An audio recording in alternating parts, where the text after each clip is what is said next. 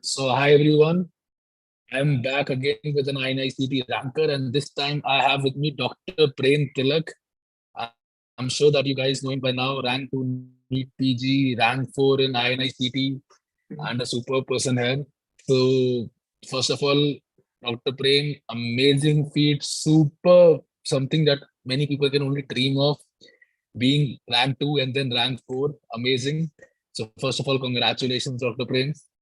Thank you. Thanks a lot, sir. So guys, he's an eGurukul Advanced Plus user and an avid lover of the Bhatia tests. And today we are going to talk about him that how the Bhatia tests have actually helped him in his preparation. So Dr. Prem, you gave the NEET PG mock with us. First, Yes. let's talk about that. How did you find that experience?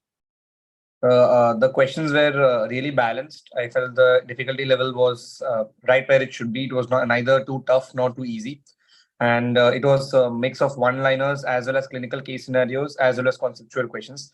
And even when I looked at the scores of the rankers, I felt they were not bordering on like abysmally low or unexpectedly high. Even the scores reflected the actual scores which are found in the examination. So I felt the mix of questions was really good, and the interface is also really easy to maneuver and use, and the timer and all, it gave me a feel of giving a real examination.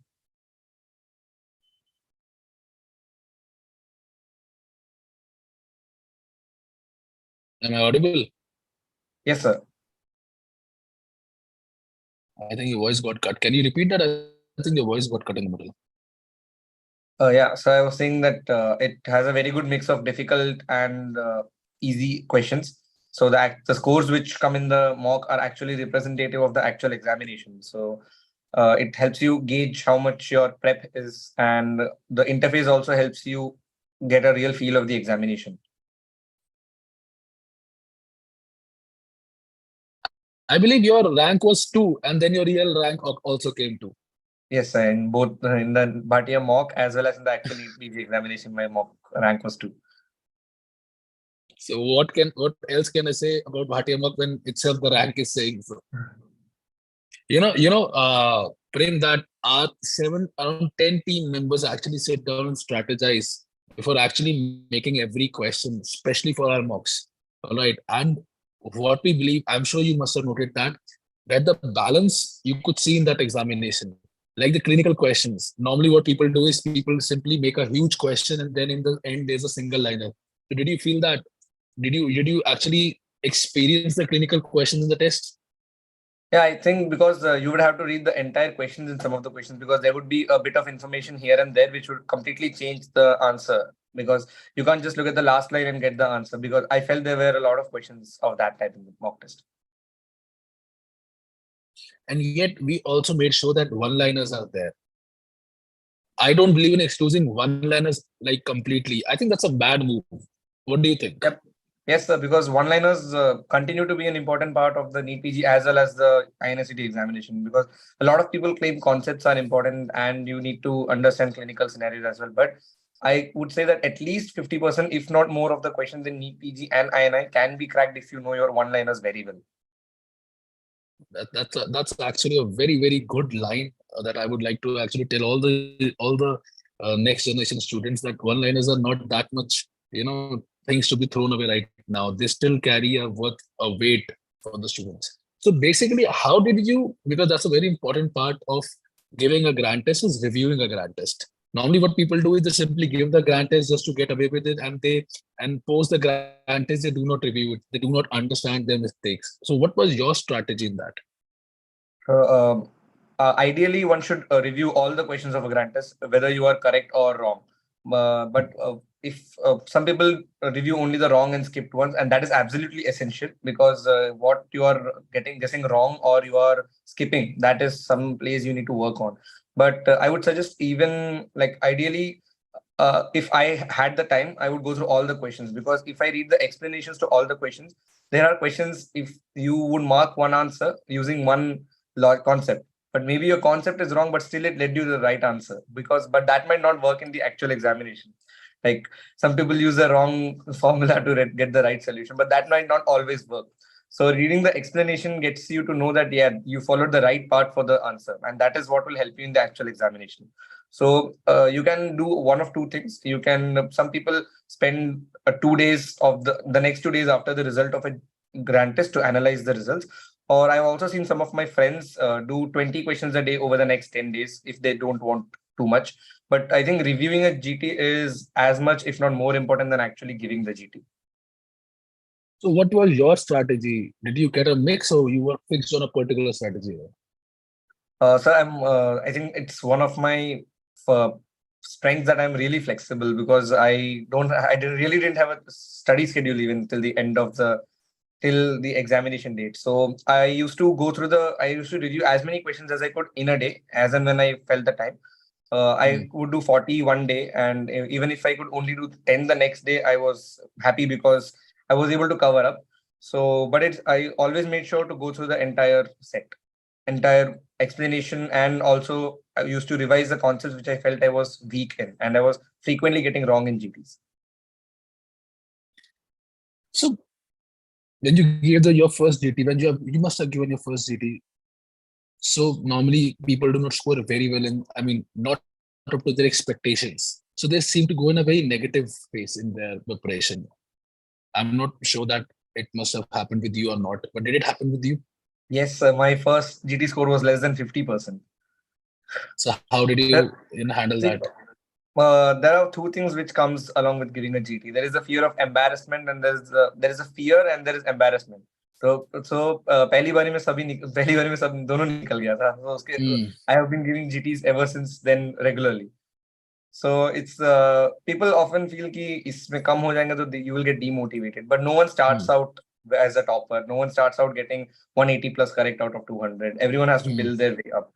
So it's much better to get a poor score in the mocks rather than in the actual examination. So that is one thing I would strongly advise all my juniors and whoever is preparing for NEET PG or INICET, that you are bound to make mistakes. No one's scoring 200 on 200 in NEET PG anytime soon. People often get disheartened even when they get a poor score in a Q bank, that I have revised this so many times and still I'm getting this wrong. But that is bound to happen. You remember some, you forget some. Even the best people make mistakes. So that's you should always see each question bank or test as a learning opportunity to move forward, is what I would suggest. I think you're very forthcoming of your weaknesses, and I really like that, because I believe that every ranker actually embraces their mistakes and corrects them at the right moment. Yes, sir. So what do you think was your biggest weakness throughout your preparation? I think my lack of a rigid schedule. It has been both my strength as well as a weakness, because since NEET PG and between NEET PG and INICET, there were 2 months. So that is ample time to dedicate yourself for revision on the INICET previous year's questions and stuff. But the problem is I am not very flexible. I am not very rigid.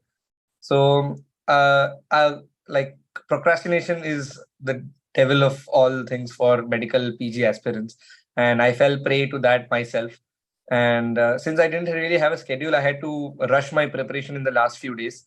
And even though that didn't affect my rank, I think that should not happen, because you should be flexible, but you should also ensure that you have enough time for revision and stuff.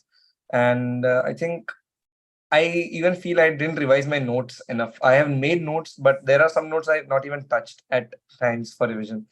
But since I'm an avid quizzer, and I've always given quizzes in college and out of state as well, so that has always helped me keep updated. And even though I was not a regular reviser as such, it helped me keep retain my concepts. I think you have regularly given the Bhatia quizzes at all the times. Yes, I give as many quizzes as possible. I think that should be one neat character you should aspire to inculcate in yourself. Like I always say to my juniors that solving question bank shouldn't be part of your daily routine, because there are some things you should do naturally without having to plan for them.